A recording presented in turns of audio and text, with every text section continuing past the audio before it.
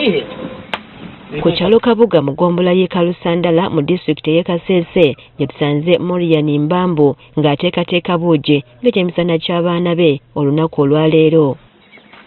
Ono ng'atemera mu Jjobukulu 2 alina abaana 2 era nga tumusanze wa muganda we nga gye yasabye obubuddamu oluvannyuma lw'ennyumba ye okugwa olw'omugga gwa mu Bbuku okubooga. Nerukali nyumba y'emikala yamu nyuma y'emikala y'amatera y'amatunga kulaka ngati sikala abantu eyo. Mbambu si yekka yakosebwa enjege eno n'abatuuze abalala bali mu kusoberwa anti banyi tebalina we beegekaluba. Amaka 65 abantu tebalina wakusula, tebalina kyakulya, enjala egenda bakuba, amatoyi gonna gayiise gali ku ttaka, ekigenda kuvaamu tugenda kufuna endwadde.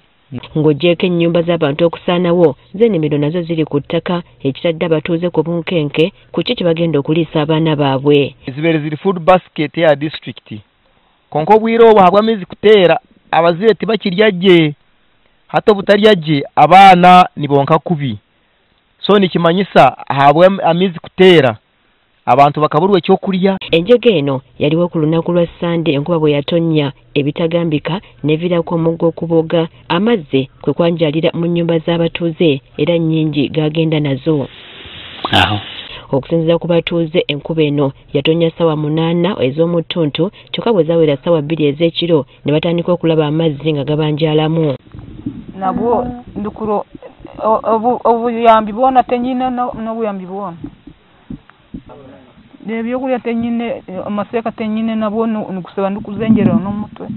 Okutandikira ha gavumenti yite ya hansi keya LC3 LC5 then okuzaha national bagenzi banje mukwatanise mututungireyo greda yakubasa kutandikira aha paaka then kuhika oruguru aho gakutanira riva mu buko ekutanira na riva Kabaka. Government yandikoze yandituyambye negenda eri waggulu netu openinga riva mu Bbuku bwetuna openinga ko katono then amazzi negaberezaamu nga gagenda mu paaka eri wansi. Mustafa Kikusa okuva mu ofiisi ya Kaawo e Kasese agamba nti akaseera kano tewali ssente ziyinza kuyamba mu mbeera eno. The development projects, they are condition tied to particular projects. The disaster is funded under local revenue which is not there. Ennyumba ezisoba mu 65 zaasaanyeewo so nga n'ennimiro z'abantu 274 ziri ku ttaka.